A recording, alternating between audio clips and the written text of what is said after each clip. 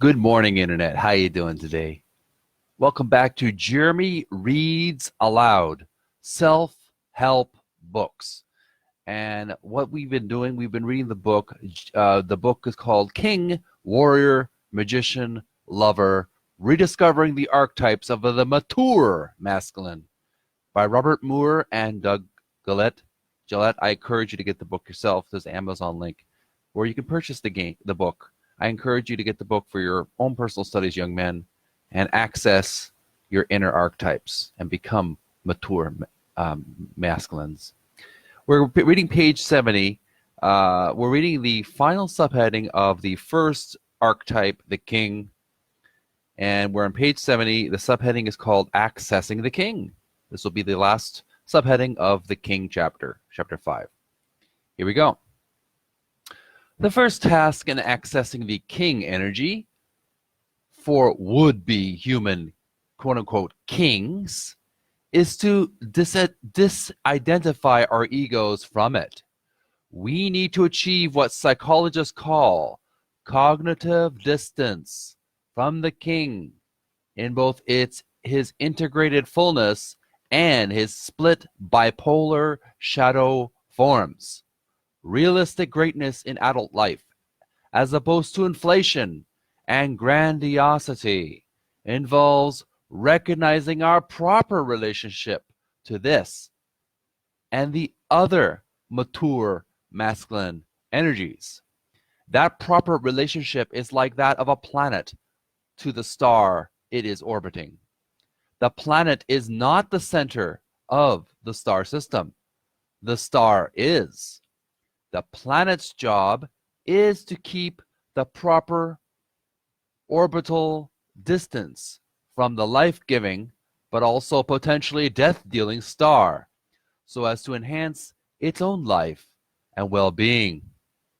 The planet derives its life from the star, so it has a transpersonal object in the star for quote-unquote adoration.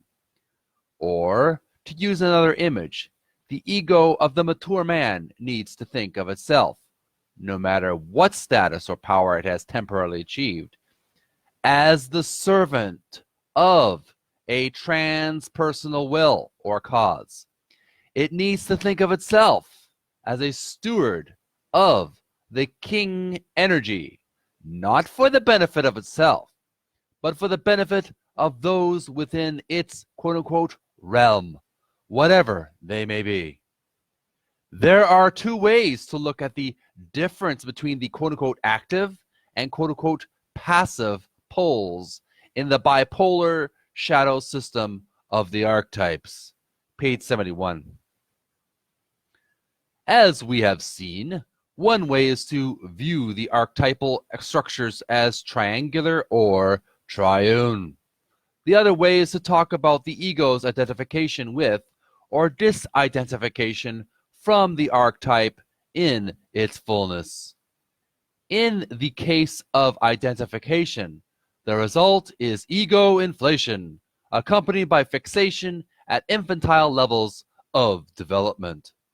In the case of extreme disidentification, the ego experiences itself as deprived of access to the archetype.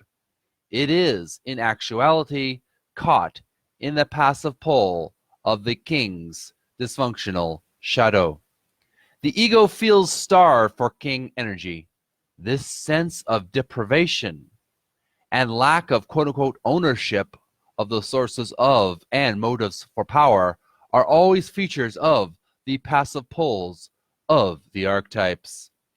The Shadow King as tyrant, because he arises, according to this perspective, when the ego is identified with the king energy itself, has no transpersonal commitment.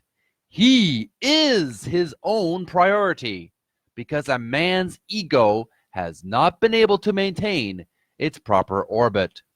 It has fallen into the sun of the archetype, or drifted so close that it has drawn off, as we see in double star systems.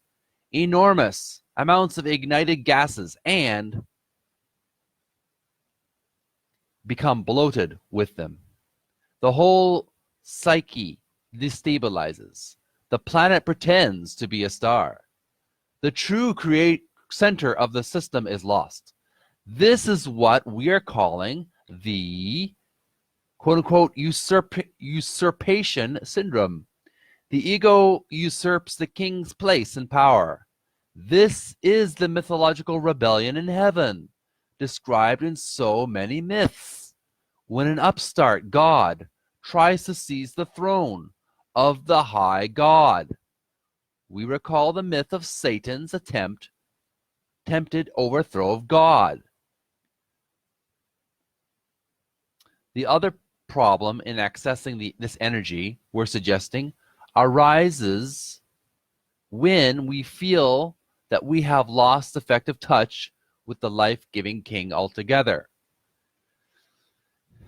In this case, we may fall into the category of the so-called dependent personality disorder, a condition in which we project the king energy within, which we do not experience as within us, onto some external person. We experience ourselves as impotent, as incapable of acting, incapable of feeling calm and stable without the presence and the loving attention of that other person who is carrying our king energy projection. This happens in family systems when husbands become too attentive to their wives' moods and fear to take initiative because of the attacking anger their actions may bring. It happens, too, with children when their parents do not allow them to develop sufficient independence of will and taste and purpose, and the children remain under their wing. Page 72. Of King, Warrior, Magician, Lover, Chapter 5. In our work situations, this happens when we become too dependent upon the power and whims of the boss, or when we feel that we don't dare sneeze around our co-workers. It also happens on the larger scale of nations, when the people, regarding themselves as peasants, turn over all their own inner king energy to quote-unquote der Führer. This is quote-unquote abdication syndrome. The hallmark of the weakling is just as disastrous as the usurpation syndrome. An example of the disastrous consequences of the abdication syndrome on a large scale is an incident that occurred on the plain of Otamba, near what is now Mexico City, during Cortés' conquest of Mexico. Cortés and his men had fled Tenochtitlan, pardon me for not pronouncing that correctly, Mexico City, in the middle of the night, 6 days before, under massive attack from the Mexican armies.